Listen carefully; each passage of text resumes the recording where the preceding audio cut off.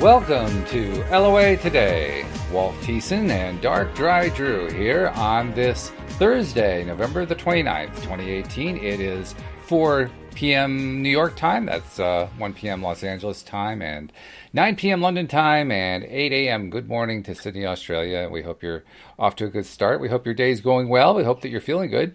And Drew and I are back after missing last week because of Thanksgiving, so it's been a couple weeks. And Drew, I know you've been kind of recovering from a little head cold, but I'm glad you made it. I'm glad you're in good shape. How you doing?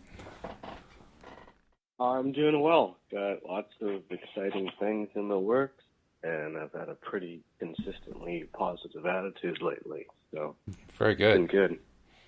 Yeah, we've had a lot of stuff going around here, including stuff that I've kind of alluded to on the podcast, but it's not anything I really want to talk about just yet. But some medical issues around the house, and we got some better than expected news today, so things are improving. It's a good thing. So yeah, that's where we're at. And today we have a topic that you actually brought up a few weeks ago to me, and we finally got to the point where we can bring it in and talk about it because, well, first of all, it's not a topic I would have thought of. I mean, literally anything associated with the law of attraction is appropriate because the law of attraction is about life. But this one, you really surprised me when you brought this up, and so I'm going to kind of let you introduce it a little bit because you're the one who really knows it better than I do. We're calling it a lack of role models because you basically identified to me that is an issue with young people growing up today, and that surprises me considering all the entertainment models and role models and sports role models and so on and so forth. But you see it a little differently. So tell me what your viewpoint is here. I don't see very many role models in my life outside of like the household. And you mentioned like sports and celebrities types, but a lot of the time, especially nowadays, I don't think a lot of them are good role models. I don't think that the examples they set are very good for anyone, regardless of age. And I think that one of the things I was realizing was that in public school, most of the teachers are female, and I was looking into that. And I think it was like the 70s and 80s is when all of the pedophilia and child trafficking and the big scares, all the serial killers were around that time. So, and it's hard to say to what extent it's true, but what the argument was that males in schools are much more threatening than females, and so there's a lot less male teachers. And because I think I had one male teacher in all of elementary, 0 in middle school, and then maybe 1 in high school. And that's not to say that it's bad to have female teachers, but as a young man, the only male that I found myself ever looking up to was just my dad, and that's not a bad thing to have in itself. The fact that I had one role model was more than enough for me at the time.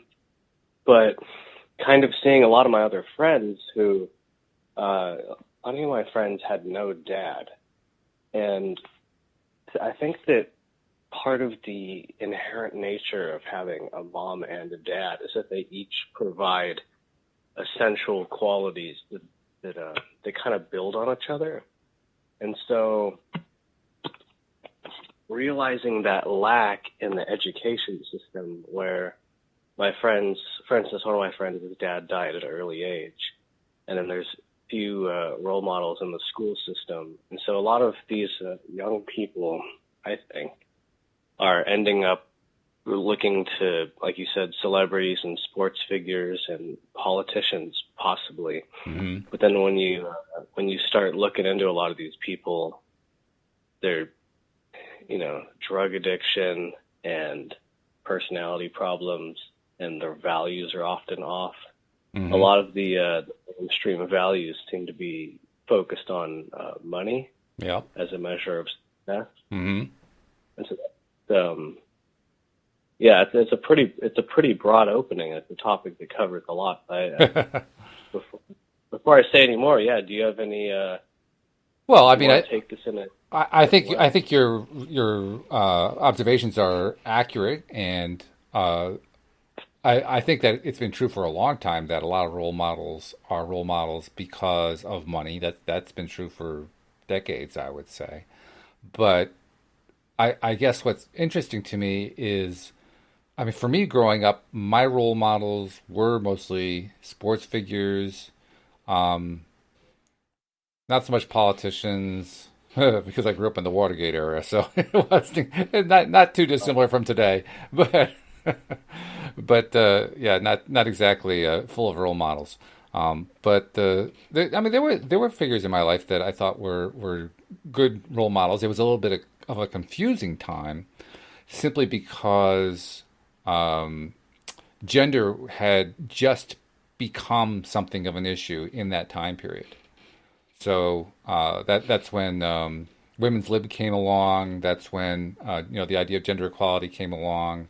The civil rights era, that was like the pinnacle of it, so to speak. Although you could also argue it was the '60s too. So there was a lot of that kind of change going on, and in that sense, it got a little bit confusing in terms of who would be your role models, who would you be looking up to, I think it varied from one person to the next. A young woman might have certain role models from a political perspective, depending on whether or not she came from a more conservative family or more liberal family. So she might have been somebody who looked up to one of the figures on the women's lib side, a Billie Jean King or somebody like that, or she might have looked to like like a Phyllis Schlafly or something like that on the right. But the idea of female role models for women was new, and it was in some ways exciting, particularly to young women at that time. Um, Yeah. just recently, the last January, I think it is, the movie The Post came out, featuring Tom Hanks and Meryl Streep, with Meryl playing the publisher of the Washington Post.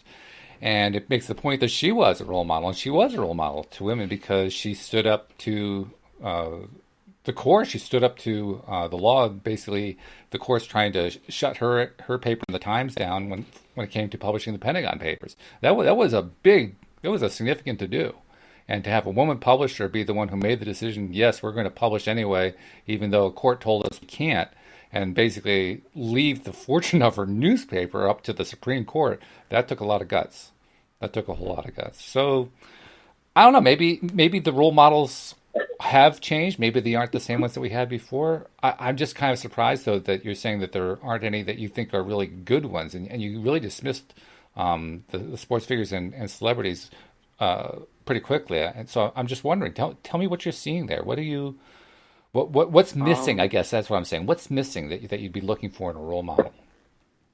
I think what's missing is that the role models that do exist aren't really acknowledged as such, Oh. and that most of the people that get attention, because I'm not saying that none exist, but I'm saying that basically they're not treated in that sense. Because I have people that I look up to at this point now that I've found over time, but they're Hmm. people that I've never met that I just read about, and Yeah. filmmakers and writers, all that kind of stuff. Because in college, for instance, I thought, because in high school I had two really solid role models, and they're both my English teachers, and I'm in contact with both of them still. Actually, they're Hmm. on Facebook, and I'll message them.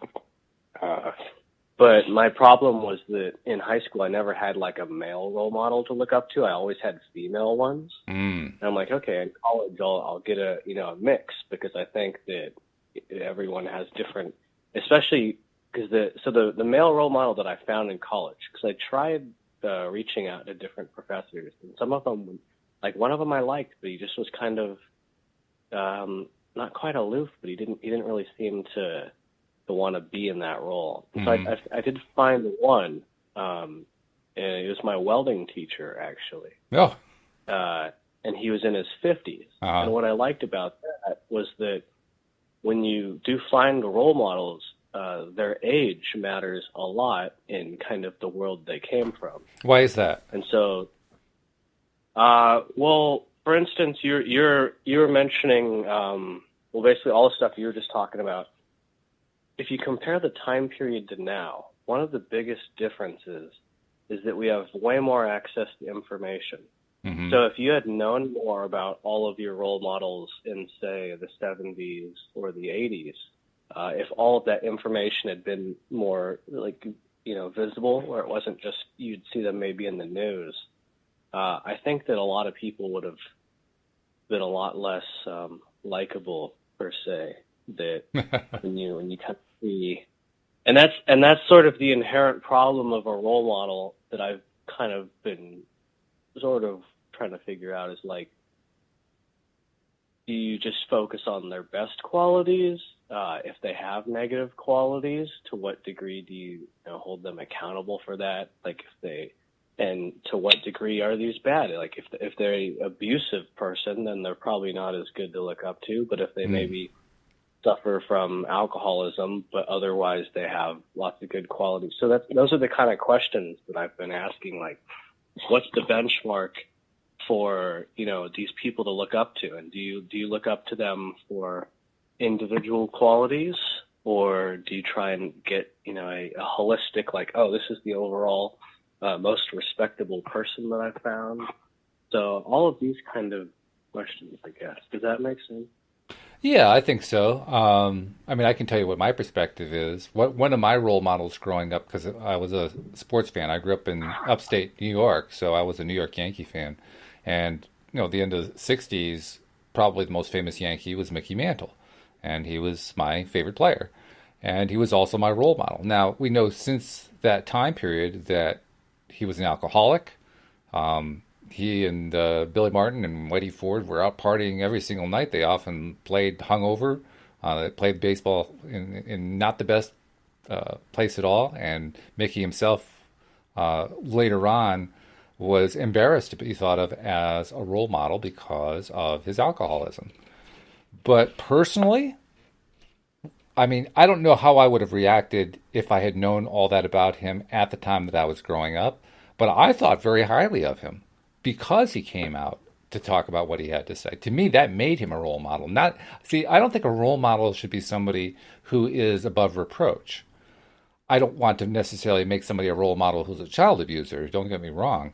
I'm just simply saying that just because somebody has, flaws or failings doesn't mean that they are disqualified as being a role model, in my view. My question in my own mind is, how do they stand up well?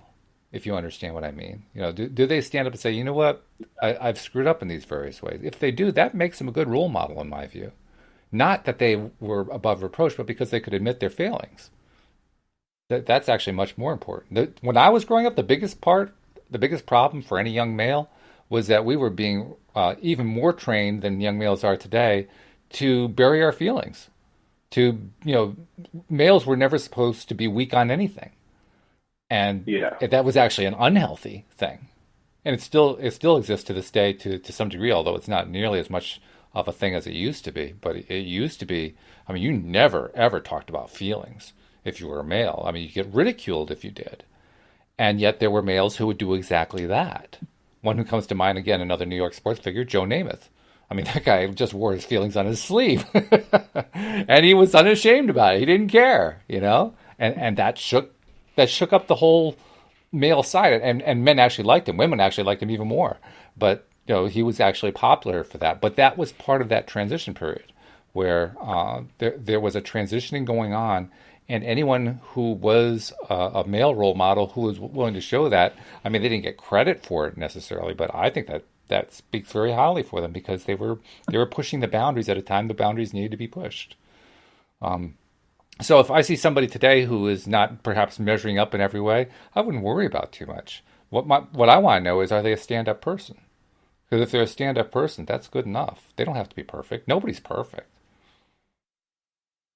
Yeah, that's fair. That's one of the things that I was saying, sort of, is like, to what degree do you judge those qualities? But I guess that's an individual thing. The follow-up would kind of be then, you and I have a sense of which qualities that we think are good and bad, but Mm-hmm. for the general public, and then in specific, like youth, their ability to judge character Mm-hmm. and their ability to assess what makes a quality role model, I think that's also distorted in that there's not really like a clear, like I feel like there's not clear morals as much anymore because it's a less probably structural religious kind of realm. I don't know how many people were religious like through time in the U.S., but I feel like at this point, this is the most diverse the U.S. has ever been, and so there's no like outside of the Constitution and the Bill of Rights per se, that there's no sort of structured like this is the way that you should operate in society. You know what I mean? Mm-hmm. So like, there's obvious things: don't murder, don't lie, don't steal, stuff like that. But then when it comes to like your own personal values per se, it's a personal thing. But then to place like, to treat any of them from an objective standpoint, like what's better, I guess you'd have to look at it from different perspectives, like what benefits society more, what benefits the individual more, that kind of stuff, Because then a lot of the people that I see getting attention are kind of getting attention for deplorable qualities. You know what I mean? Like especially with all the politics now. Like, I don't know if politicians have ever been the kind of person that anyone looks up to. I would like to think that some of them. There have been like a few, but they're the exceptions. They're notable in history because they're exceptions. Yeah. So that's a good way to put it. Is that they're. I mean, the ones that I learned about in high school, like they would be the exception. But outside of that, So then back to. So you've got role models that you never actually meet, but then you've got some that are in your everyday life. Mm-hmm. It kind of is more challenging because, for one, not everyone has access to that. It's to some degree random in who you'll be able to meet and connect with. And then furthermore, when people are young, how do they assess, whether or not a role model is good? And I don't think they can. And I know that I've had advice that's been given to me. Some of it was good, some of it was bad, but, learning that the hard way and figuring that out. Yeah. By the way, people who are weighing in a little bit in the Law of Attraction Changed My Life group, and Jeffrey, who's one of our regulars, said, are there differences between role models and mentors, which is just a good question because it sounds to an extent like you're talking sometimes about a mentor more than a role model. And there's probably a lot of overlap between the two as well, but it's worth considering that as part of the conversation. I'd like to point out, though, that when you listen to the teachers of the Law of Attraction, Abraham is the one that's coming to my mind most noteworthy right now. Abraham makes it a point of saying, we don't judge what it is that you're choosing to do. We are not here to tell you what's right and what's wrong. We're not here to try to influence you one way or another on that because we really want to leave that up to you. What we want to do is to help you to understand that the law of attraction is neutral to values, is neutral to right and wrong, it's neutral to all of that. It's a law, like a physics law or something like that, and that's all it is. So the people who are on the other side, so to speak, the non-physical people who are intently focused on what's going on here on Earth, they're not terribly interested in all that stuff either. The right and wrong is not what they're interested in. What Abraham wants us to know is that we can choose between what we believe is good for us, or what feels good to us, and what does not feel good to us. And if we choose what feels good to us, and we do that fairly consistently, we're going to have a life that is satisfying. If we choose stuff that on the whole tends to not feel good to us, then we're going to have a frustrated life. We're going to have a life of all the stuff we don't want delivered to us. So that kind of alters the topic a little bit, I think, because if we're talking about role models from a law of attraction perspective, in other words, attracting role models, it really becomes a very individualized thing. I mean, you talked about how, I don't remember exactly how you phrased it, but the gist of it was that it's not as uniform in a religious sense or something like that. Personally, I'd Yeah. say that's a good thing because I grew up when it was there was a uniformity from a religious sense, and I can tell you it was not a happy place.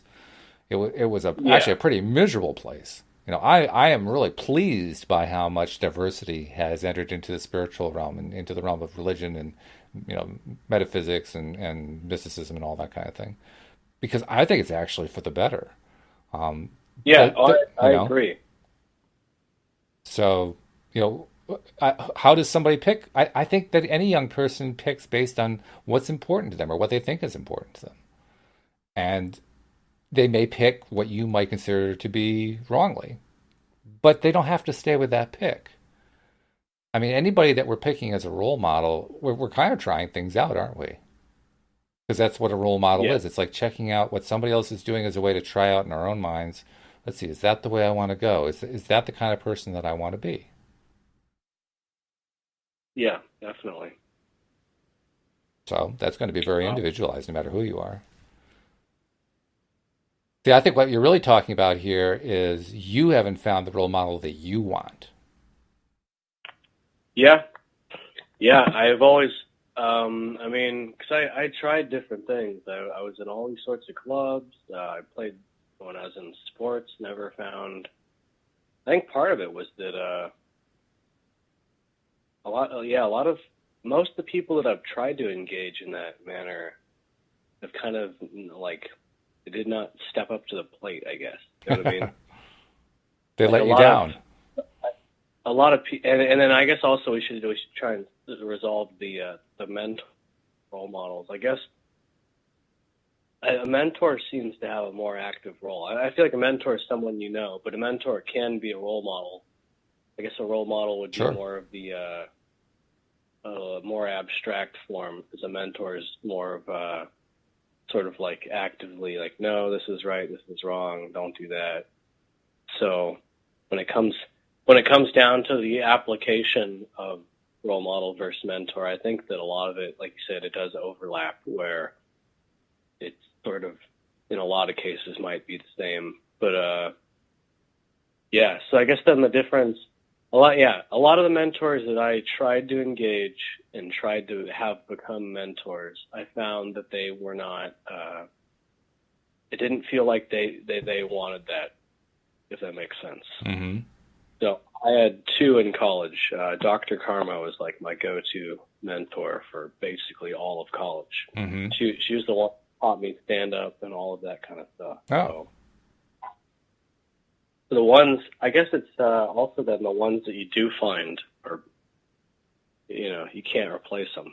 They're basically one of a kind. But well, sure, they're going to be unique because every individual is yeah, unique. Yeah, and that makes sense. Well, let's turn it around this way. Let's treat it like a manifestation problem, right? Because that's what we talk about a lot with the law of attraction anyway. How are we going to manifest X, whatever X is? So let's talk about how to yeah, manifest a role model. Why not? If it's the model, so to speak, if you don't mind the play on words. So yeah. let's define it. Like, what for you? Can you talk about some of the characteristics that you would look for in a role model? What would you look for, or a mentor, whichever way you want to go with it? Well, one of the things you mentioned was sort of the emotional strength, which definitely has. I'd say it's gotten better that young men are able to be more emotional Mm-hmm. and not looked down upon. Sure, I agree. So that's definitely. But then you mentioned like admitting one's flaws.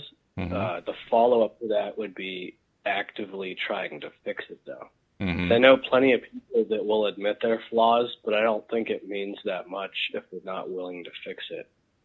And Unless it's like, what are you hoping to get out I of guess, it? Because that's why we have a role model or a mentor. We want to get something out of that relationship. So what do you hope to get out of it? say guidance towards a more clear direction for my own life. I think that, at least for me, I end up feeling lost a lot of the times in Ah. regards to where I go. Mm-hmm. And I know a lot of my friends, because I've talked, and this seems, maybe it's just my own life and then the friends I attract, right? But sort of not connecting to most people. on a daily basis, but also kind of on a larger scale of trying to find a way to meet people that kind of have a clear vision for like just making everything better, if that makes sense. Trying to like from environmental stuff, right? So like learning how to properly recycle, all the way to like being generous and kind to others, even if they're aggressive, all that kind of stuff. Those sort of qualities. Okay. So talk a little bit more then about how you would be impacted. And it sounds to me like you may even be describing more than one person, which is okay. I mean, it's actually a good thing perhaps to have multiple people that you're learning stuff from. You don't have, it doesn't necessarily have to be all embodied in one person. In fact, I think that might be a mistake to make, to expect one person Yeah. to match everything like that. Not that you can't attract something like that. I think you actually can attract somebody like that. But rather because if you have different people providing different aspects of role modeling to you, you're also going to be presented with stuff you hadn't thought of just because they have other characteristics that are not necessarily the ones you attributed to them, but they're useful to you. And they play a role in helping to, kind of broaden your horizons a little bit and give you new things to think about, new things to consider in your own life.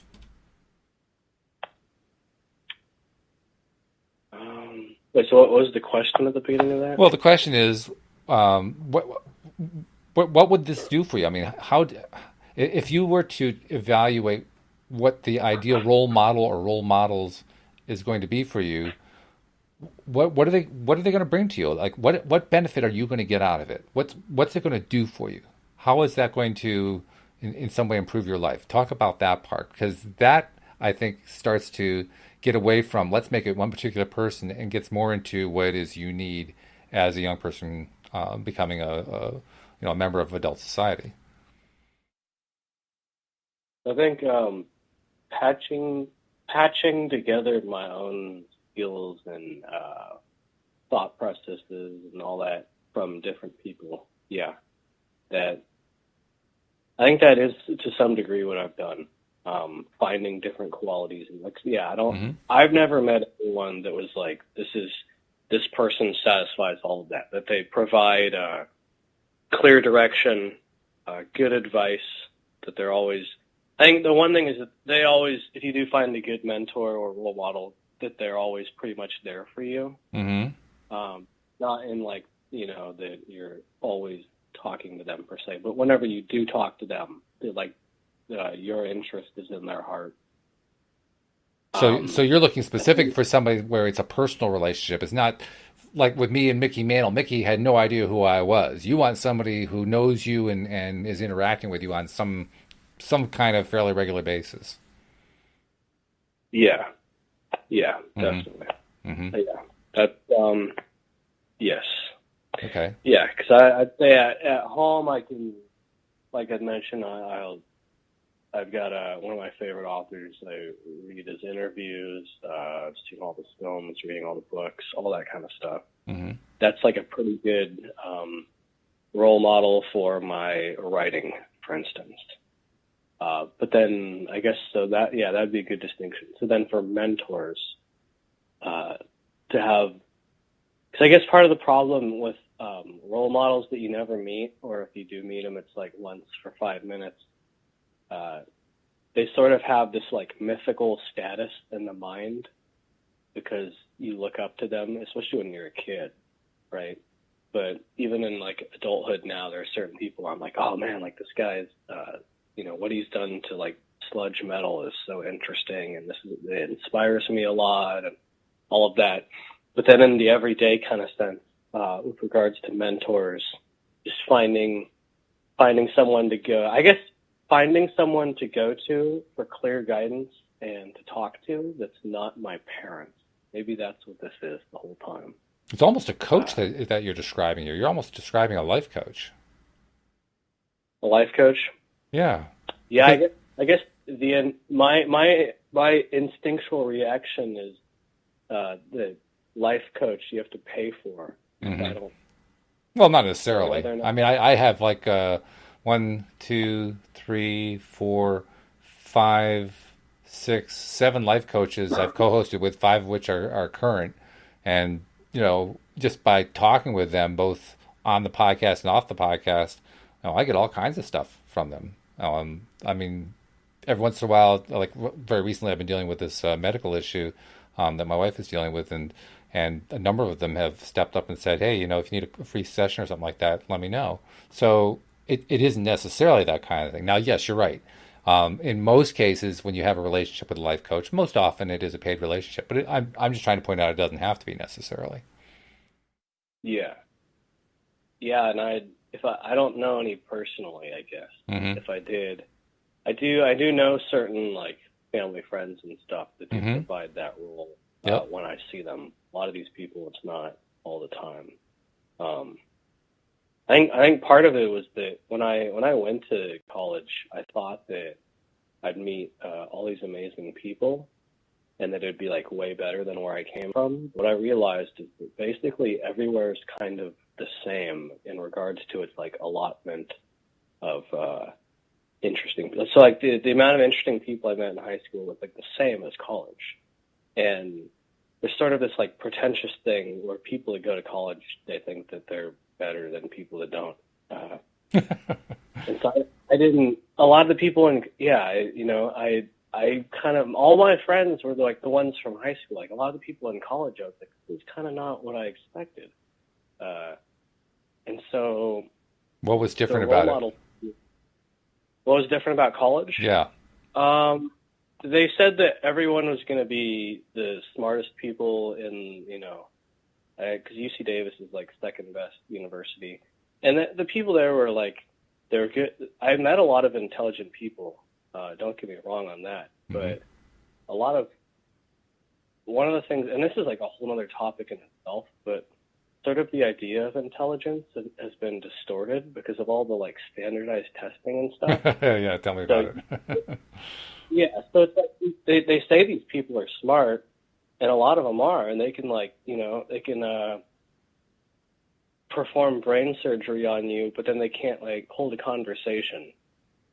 So it's one of those things where there needs to be more balance to it. And that's when the whole role model mentor thing. Maybe it is a just totally case by case basis, but mm-hmm. Yeah. It reminds me of a story that Sean Aker, the positive psychology guy, talks about. Sean went to Harvard University, and he actually applied to it on a whim. He was from Texas, from Waco, Texas, actually.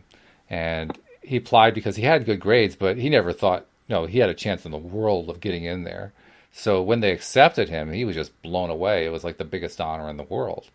And yet, when he went to school there and became, part of the community at Harvard in Boston, what he found was, very much like you, he had found a whole class, a whole group of people of his own age, and they were all the most driven people. They were maniacal about studying. They were maniacal about everything regarding their academic pursuits. And most fascinating of all, within about 2 weeks of being in the school, they were so maniacal about it, they were suffering from all kinds of stress-related dysfunctions. All kinds of psychoses were coming out, drug dependencies, all kinds of stuff because of the tremendous amount of pressure they were putting upon themselves because they were in Harvard. Harvard, that's the big school. That's the best school, right? You get the degree from Harvard, you're set for life, all that kind of thing. Well, so the pressure was just unbelievable. And he later on became a graduate student after he got his degree and was a resident advisor like you were. And he again noted that same pattern going on. And he asked himself a very important question, which led him ultimately into the field of positive psychology, which was just newly starting around that same time. And that question was, why is it, or more precisely, what is it that makes people happy, and why is it that Harvard students aren't happy? Yeah. And more precisely than that, is happy something to go for? Is that a goal? It became pretty obvious to him that for most of the kids who had matriculated into Harvard, that wasn't one of their goals immediately. That certainly was not the one they were expected to fulfill. It's not what the one their professors were expecting. It wasn't what the culture expected. And yet, interestingly enough, when Sean, as an assistant to one of the professors who helped found the positive psychology department, when they put out the first course at Harvard on the topic of happiness, it became instantly overnight a smash success in that more people signed up for that course than had ever signed up for any course ever in the history of Harvard. Wow. Yeah, sounds about right. You know what I mean? So Yeah. clearly, what was expected and what people thought they were supposed to do and so forth was not matching up with what they needed. And the moment that somebody came along and said, "Hey, we're going to give you a course that explains to you what it takes to be happy," they signed up in droves. Yeah. Yeah, I can imagine. So They so did not let's so let's bring that back to the topic then. Who is the role model here? Yeah, that's in what sense do you mean that? I mean, clearly all these kids wanted to be happier. They wanted to find a way to be mentally whole and sane while pursuing their degrees at Harvard. And that's why they took this course. I mean, it was really, really important to them. So who was their mentor? Well, in one sense, it was Tal Shahar, I think his name is, who was the professor that offered the course. And did they know who he was? No. All they knew is that he had offered this course whose title they loved and whose description they loved, and they signed up for it. Yeah. And in that sense, he became a mentor for them. And it turns out he's actually a very boring instructor. If you ever see one of his lectures, he's like one of the most boring people to listen to. But because he had tapped into this thing, I mean, everybody was paying rapt attention to him. And Sean was his teaching assistant and was right in the middle of all that. And you learned all the stuff that was being unearthed by the positive psychology movement of the late 1990s and early 2000s, and ultimately parlayed that into a career as a speaker and teacher of positive psychology. So I've thought about psychology, or like clinical psychology most likely, because that's the kind of, it's the things like that, or teaching young people how to be happy, for instance. I understand and relate to that, because the climate at universities is, and Davis was a lot more chill, because I got into UC Davis and UC Berkeley, and I was looking into Berkeley, and from what I saw, it was supposed to be way more cutthroat. Oh. And I was like, that's not me. Like, I'm competitive against myself. Yeah. That's about it. Like, right. Everyone else, I don't care about. So I went to Davis, and it was a competitive against oneself kind of an environment. But the thing I saw, and to some degree, I guess this is related to the mentor role model thing. A lot of young people, they really don't know what they actually want. I still don't know what I actually want, and I've been thinking about this stuff for it's been on my mind all the time for like a year now. Mm-hmm. A lot of the young people that I met, many of them are my friends, and they're all smart. They've been taught and told that if they just work hard and study, that they'll make it to where they want, and then they'll be successful or happy or something. Yeah. I don't know what they were told for sure, but I had countless friends who were doing one of my friends was doing 24 units, which is basically double what you should be doing. Right. And he had an internship. He wants to go into neuroscience, and I'd be like, hey, let's hang out, and I can't. And so all of their time goes into studying, and all of their time goes into working at the hospital and all of that. And so by the time that they get to where they want to go, when they become a neuroscientist, for instance, they've spent so much time in books, they don't have the people skills. And then furthermore, I don't think it actually makes them happy a lot of the time. Like, all of my doctors, for one, they never helped me. But for two, none of them ever really seemed like like super happy people, if that makes sense. Like I don't. It does. I mean, again, it makes me think of a Sean Akers story, because Sean tells the story about a guy who was a sleep researcher. And he had met Sean at a presentation Sean had made and loved what he had to say. And Sean had a conversation with him and was fascinated to find out all of this, what this guy was learning about the role of sleep in having a happy life and so forth. But Sean was like shocked because this guy was haggard, he drawn, he looked like he was 20 years older than he really was. I mean, he looked like he was practically an old man, and he was in like his 30s or 40s or something like that. And Sean asked him about that. He says, "I don't understand. I mean, you're teaching all this stuff that it's really clearly saying you got to have proper sleep patterns. You sleep is vital to a successful life. Yada yada yada, and yet you don't look like you're getting a wink of sleep." And he says, "Sean, I'm a sleep researcher. I'm up all night watching other people sleep. That's what sleep researchers do." So he wasn't even following his own advice. He wasn't following the thing that he had identified as being, here's what you need in order to be successful in life. He wasn't following his own advice. Basically what you're talking about.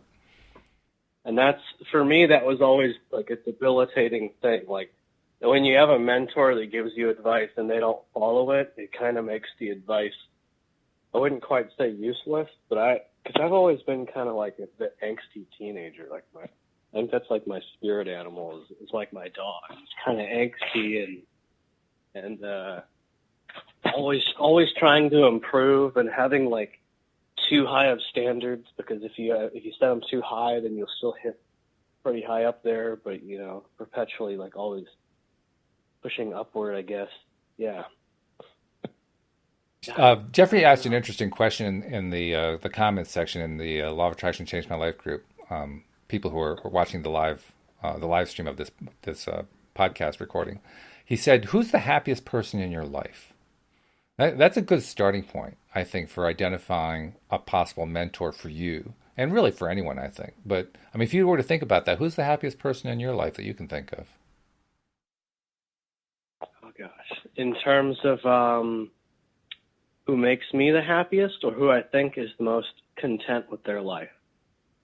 I guess I could answer. Well, his question was, who is the happiest person in your life? I'd say let's stick with his question. Who is the happiest person in your life? I think that my mom, and then the follow-up would be my dad. Okay. And but it wasn't always that way. Like when I was young, and that's basically a long story, but they lived together in the same house with my sister and I for like our whole childhood, even though they weren't together. Mm-hmm. Like they were not officially divorced, but they were unofficially divorced. Right. And so for a long time they weren't happy. And then now that they have their own places, that my sister and I are, at or beyond college, they've definitely like become, and I read this online somewhere, that your 50s is like the peak of life. So you like settle it with content. So their lifestyles are good and admirable, and the work that they do has meaning, and they are happy the majority of the time. So they are kind of my benchmark, the two of them. But then there's that sort of like natural instinct that I have, just to, like, if you told me a piece of advice and my parents told me a piece of advice, like I'd be more inclined to listen to you in my younger years, because I'm like, my parents, like, I don't want to listen to what they have to say. But now that I've been around long enough, literally every single thing they ever said came true. Mm-hmm. So I'm pretty much now like, okay, if they say something, my instinct at first is, get away from me, I don't want to hear that. Then it's like, okay, they're probably right.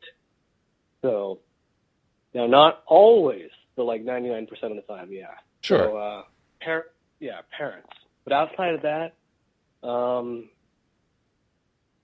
not many. My dog is kind of, he's my calming, Yeah, but dogs. Everyone else. Dogs and cats. Pets are great for that because they are givers of unconditional love. Yeah, exactly. So they're always happy. Yeah. So I guess my dog is my role model in terms for how I wish to be. Mm-hmm. But she's not a mentor. So Yeah, there's I a guess good example of the the difference, mentor. isn't it? That's definitely a role model who's not a mentor. Yeah, yeah, and that's I have plenty of those. I guess people that like there's like, oh, I got to do that. Like I want to take that quality. But for a mentor that's more active, yeah, parents pretty much at this.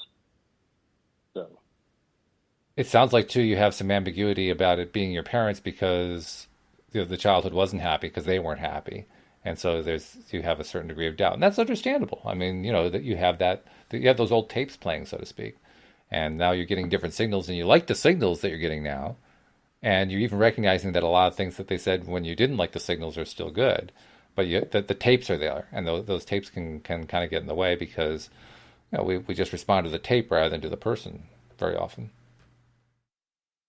yeah, yeah, and all of that has definitely kind of been on my mind here and there.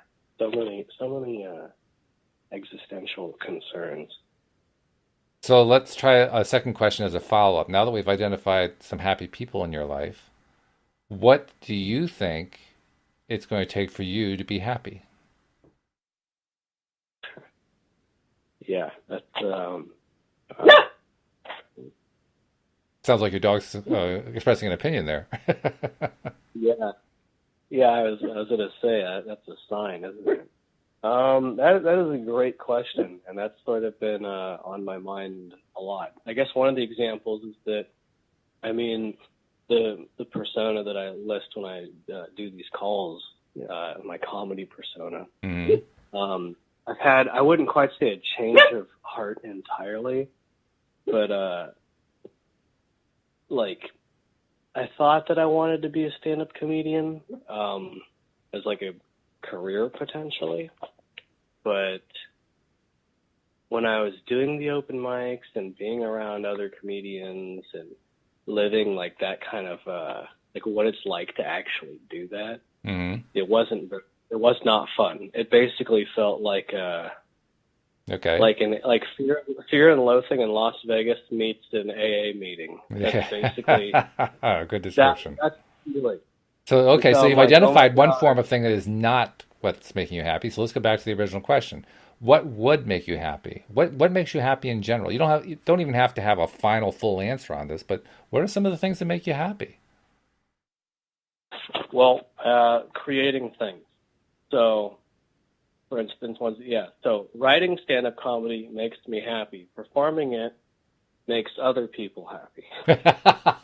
Making films makes me happy. I don't care if anyone sees them, but so I guess creating art, and I have been doing that more lately. Writing and actually just finished a short film that's on YouTube. Very Um, good. so all that stuff makes me happy. Uh, Good. but then trying to figure out like the rest of life kind of version, that's the tough one. Yeah. I feel like this would be a question for an entire episode. What makes you happy, and then analyze every single different thing. We And can do that next week. Why not?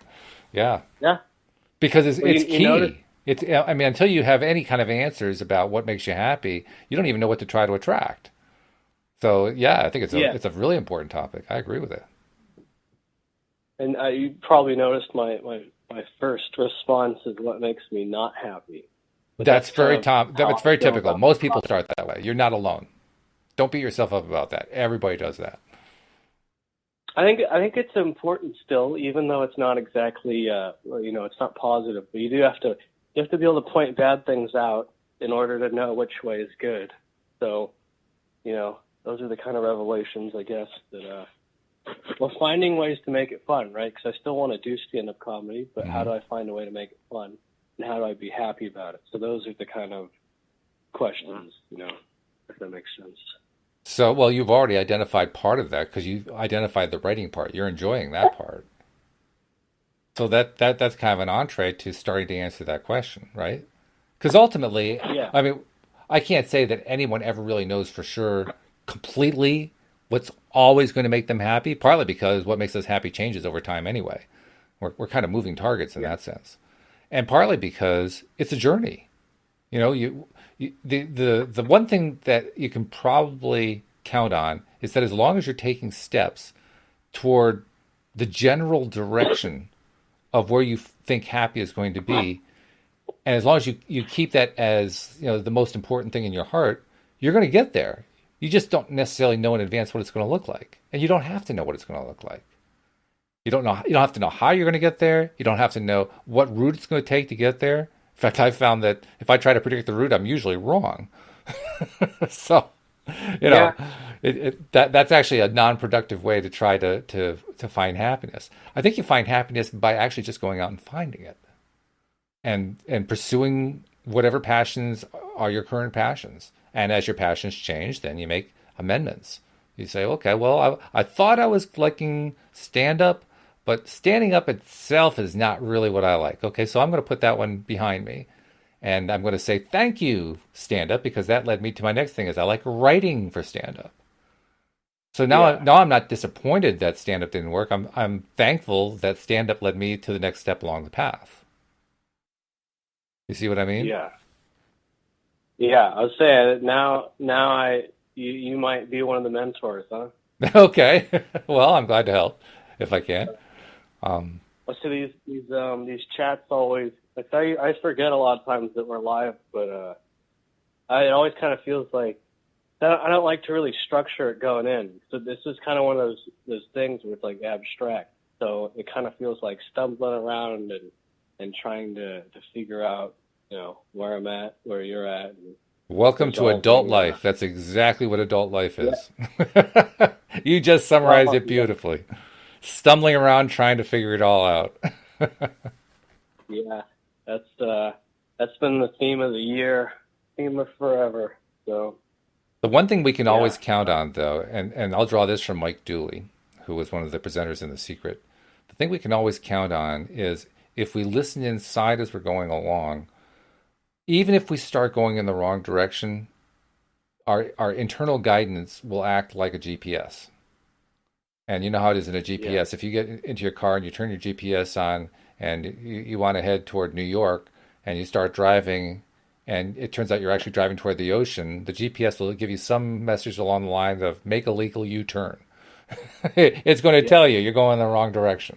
And the same thing is true with internal guidance. You'll know. It just feels wrong when you're going in the wrong direction. So all you have to do is just pay attention to how it's feeling every step of the way. And if it doesn't feel good, you change direction. And that's how you get there. Because we don't really know how we're going to get there. We don't know where we're going necessarily. We know in general what we want to get to. And often that's the best way to start off is just say, generally, I want to be happy. Generally, I want to have a fulfilling life. And maybe even start to get a little specific about what that's like. But you don't have to start with a whole lot more than that. You just have to start taking the steps. And as Mike Dooley has pointed out, you can even have a clear idea of where you're going. You can have your vision boards in the back seat. You can have The Secret in the side seat next to you. You're in the car's turned on. But it doesn't do you any good until you put the car in gear. Yeah. All right? You got to put the car in gear. You got to go. That's the only way to have the GPS tell you whether you're heading in the right direction.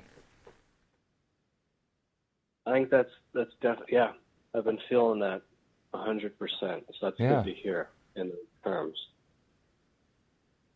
Yeah, that I think getting meditation sort of helped with that internal sort of GPS of like getting really noticing how everything feels.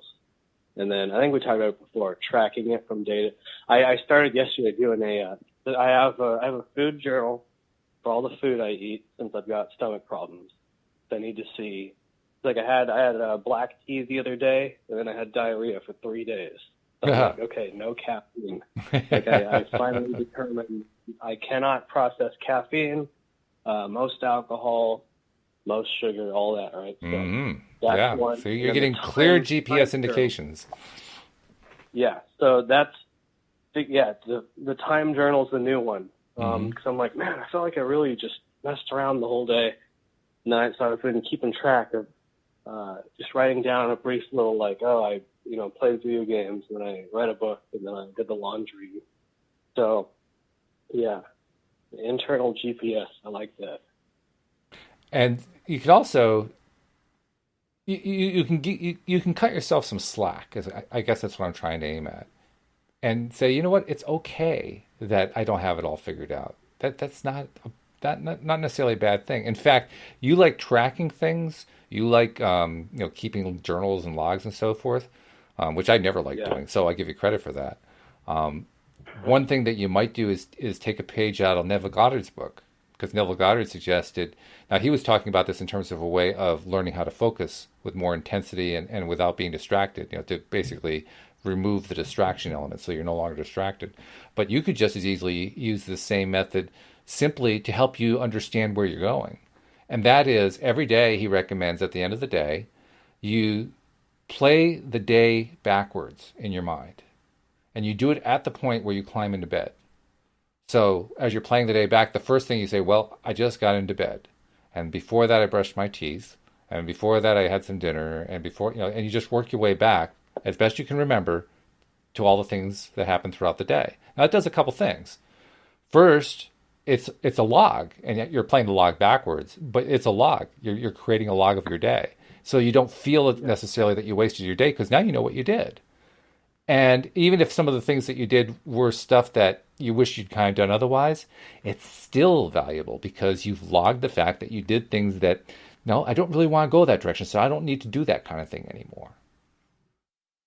In other words, it's not something for beating yourself up about that you oh geez, I shouldn't have wasted my time doing that.